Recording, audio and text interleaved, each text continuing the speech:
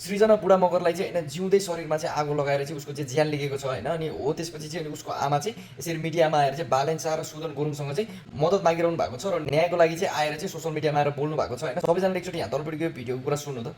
बालेन सरकारलाई र सुदन गुरुङलाई मेरो एउटा जनजातिको छोरी हो, उहाँले सुनन र उहाँले यसलाई कारबाही गरा भन्दा कारक म भन्छु कि फाँसी लगाइदियो यसलाई।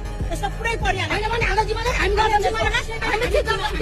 सृजना बुढा मगरको चाहिँ एकजना मुस्लिम केटासँग चाहिँ लभ परेको रहेछ। अनि त्यसपछि चाहिँ अनि उसको फ्यामिलीले चाहिँ यो सम्बन्धको लागि चाहिँ नमानेर चाहिँ यो सम्बन्ध टिक्दैन हुँदैन, जात धर्म केही पनि मिल्दैन भनेर भन्दा पनि सृजनाले चाहिँ त्यसपछि त्यो केटासँग चाहिँ बिहे गरेर गइसकेपछि चाहिँ अनि सृजना बुढा मगर र अनि उसको बुढासँग चाहिँ राम्रो सम्बन्ध चाहिँ नचलेको कारणले गर्दाखेरि अनि सृजनाले चाहिँ घरमा पनि एकदम धेरै कुटपिट गर्ने दायाँ बायाँ गर्ने भएको कारणले गर्दाखेरि अनि त्यो केटालाई चाहिँ केस गरेर चाहिँ चौकी लगेको रहेछ होइन। त्यसपछि चौकीबाट चाहिँ सृजनाले फेरि आफै गएर चाहिँ आफ्नो बुढालाई चाहिँ छुटाएर लिएर आइसकेपछि चाहिँ अनि त्यही दिन राति चाहिँ अनि उनीहरूकै घरको मान्छेहरू चाहिँ मिलेर चाहिँ सृजना बुढा मगरलाई चाहिँ होइन जिउँदै शरीरमा चाहिँ आगो लगाएर चाहिँ सृजनाको चाहिँ यसरी चाहिँ हत्या गरिएको छ। सबैजनाले चाहिँ यो भिडियो धेरैभन्दा धेरै सेयर गरिदिनुहोस्। यो कुरा चाहिँ बालेन शाह र सुदन गुरुङ हाम्रो होम मिनिस्टर र प्राइम मिनिस्टरको कानसम्म र आँखा अगाडि चाहिँ यो कुरा पुग्नुपर्छ र दोषीलाई चाहिँ कडाभन्दा कडा कारबाही चाहिँ हुनुपर्छ।